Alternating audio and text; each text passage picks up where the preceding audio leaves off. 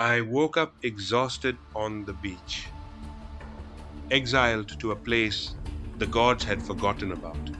I had to find answers and shelter if I wanted to survive. Just before entering my new life, a moving scum of society, an undead flesh stood up in opposition to me. I learned later, when he fell from my sword, I hoped forever this time, that he was a blacksmith, but turned into a ruthless murderer after a drunken rage. He was then killed by his victims in his sleep and dumped into the ocean, only to be rediscovered as a zombie months later. The closest thing to a mother's embrace is the den of all of us fools who exiled us to this earthly hell. From here on out, I will describe to you every single boss, big or small, that I encountered on my journey, until the story of the expedition of all of us on the Path of Exile is complete. Succumb to the madness, starvation, and corruption of Wraeclast.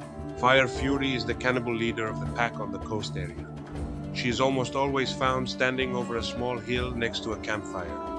This suggests a last stand or a primitive settlement where she and her kin have devolved into predatory monsters while clinging to the few tools they have left, fire and weapons. Hailrake, a cunning cannibal who tamed the ice, was my next opponent, a scavenger or orphan of the Eternal Empire who have lost all civilization. Unlike the undead, Hailrake and others like him are living humans who have devolved into cannibalism due to the harsh conditions of exile. But I have the right medicine for him too. In a swampy area full of decomposing corpses, this creature tried to drain every ounce of life from me. But I gave this beast a taste of its own choices. In a sunless cave, like the legends we used to whisper about the den of evil in a world far from us, this foul creature was found. Kadavrus the Defiler, a vile surgeon of Umbra, with the self-confidence that he gave life to the undead, he tried again to take away the most precious gift of the universe from me. But he found himself humiliated by my sword, while the heavens entered darkness like in our childhood fairy tales. The older residents of the area, those who had the stupidity and misfortune to want to live in this cursed place for so long, described it to me as a sea witch found in the early coastal areas of Wraeclast. She is a manifestation of the corruption and unnatural mutation caused by the lingering effects of the cataclysm and the corrupting nature of the environment.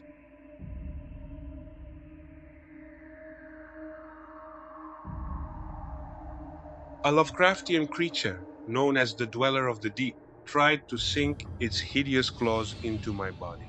A giant crab, an ancient, eyeless, carapaxed beast that dwells in cavernous waters until it learned the name of my sword.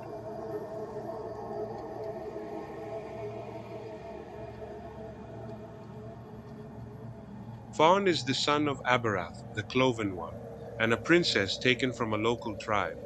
Born as a half-goat to a human mother, he and his mother were shunned by the tribe, driving his mother to try to cast the both of them off of a cliff. Instead, she struck him on the head with a large rock, leaving him for dead, survived the attack of his own mother because of his tragic goat skull. Kuduku the False God, a wooden totem with an eerie expression and full of electric energy, but also the luck of the gods. Here perhaps I can learn my destiny, although he already knows that his own fate is his own extinction. This undead guardian, a guardian of the climb, was once a celebrated hero or defender of Wraeclast before being resurrected as an undead monster. He is known for his high accuracy and the ability to fire a large number of arrows into the air to rain down on targets, dealing significant physical damage. But I am also known for the law of my sword. He crawled through the musty dungeons of the terrible prison. Although he was undead, his movements were full of life and spark, but inside and out, methodical and cold as ice. A former prison guard and hero of Wraeclast wanders in dark dungeons, patiently waiting for a hallowed hand to redeem him from torment.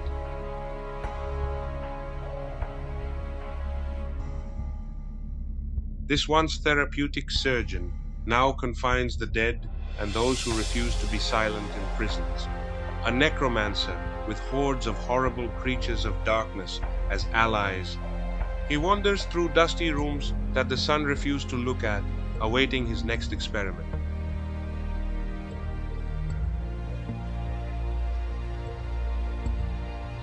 Brutus, Lord Incarcerator, was once the human warden of Axiom Prison and is now one of the most feared figures in the Eternal Empire's history.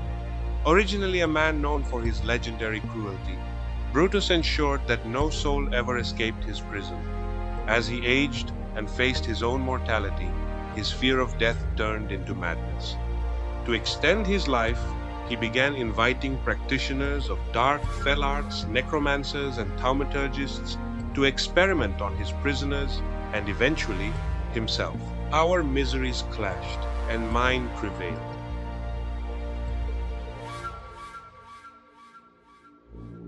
This feline beast embodies the elemental corruption common in Wraeclast's wildlife following the cataclysm. He may have a deadly fire for skill, but mine burns brighter within me.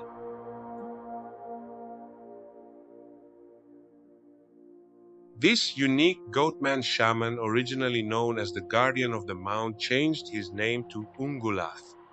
I tried to learn the sinister reasons for this sudden change with the persuasion of my sword, but I received as an answer a tear of purity as he was slaughtered on the ground. Fluid and significant despite its ancient presence, no one knows where it comes from or what role it plays in the events.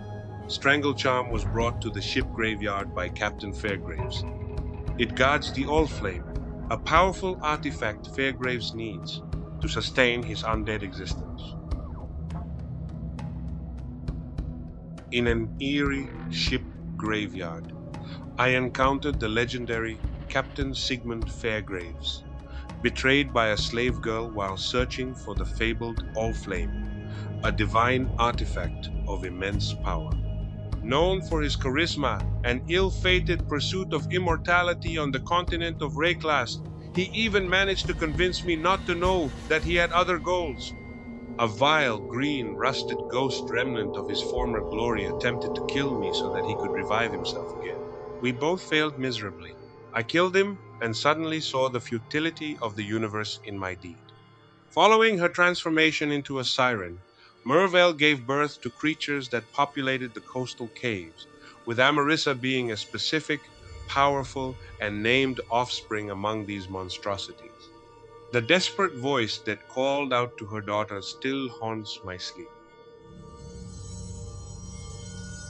Like her mother and her sister Amarissa, Ambrosia has been transformed into a twisted magical creature that haunts the caves of Wraeclast.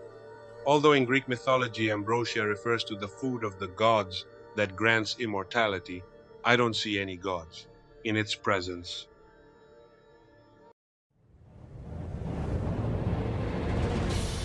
Abandoned by her only love, the fearless warrior Siren Merveil was a spoil for Siren who could not stand it.